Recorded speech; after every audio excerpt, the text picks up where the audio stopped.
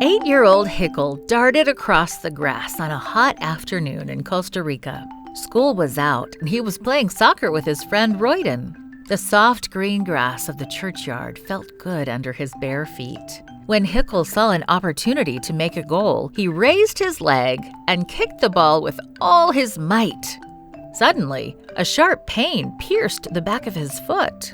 Lifting his leg, he peered under his foot. A dark brown snake with white stripes was dangling from his heel.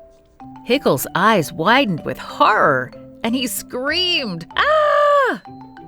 At that moment, the snake let go of his foot and slithered off into the grass. Hickle's foot hurt, but he ran home as fast as he could. He was scared. "Mother!" he cried. "A snake bit me!" His mother heard his cries and ran out of the house. She was scared too. She saw the 2 marks left by the snake's fangs on his heel. Hickle's mother frantically called his father on the phone. His father came home from work and took him to the clinic. The doctor pulled out a syringe and gave Hickle an injection. Then he looked at the boy with concern. "Do you feel all right?" he asked. Hickle didn't look well. He didn't look well because he didn't feel well. Thump! Hickle fainted and fell to the floor. No one knew what kind of snake had bitten the boy. Was it dangerous? Was Hickle's life in danger?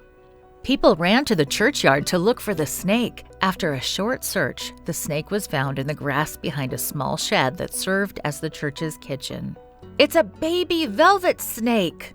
someone called out. The velvet snake is one of the most poisonous snakes in Costa Rica. This was a serious emergency. The doctor called an ambulance. A short time later, the ambulance rushed Hickle from the clinic to the nearest city hospital. It was dark when Hickle arrived 2 hours later in the city of Limon.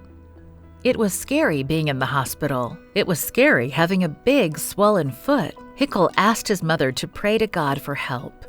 They bowed their heads and closed their eyes. Then Mother prayed, "God, please heal Hickle's foot. Help him to leave the hospital soon." Then she told Hickle to have faith that God was with him. Hickle believed. On his 3rd day in the hospital, Hickle felt fine. He was very happy. He knew that God had heard his mother's prayer and healed him.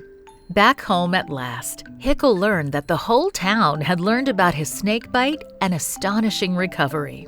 Everyone was amazed to see the healthy and happy boy. "It's a miracle," someone said. "There is a God who takes care of children," said someone else. The next Sabbath, 9 people came to church after hearing how God had answered Hickle's mother's prayer. They all gave their hearts to Jesus and got baptized. "Hickle is happy to be alive. God saved me from the snake," he said. Part of this quarter's 13th Sabbath offering will help open a center of influence in Costa Rica that will teach children about the power of prayer. Thank you for planning a generous offering.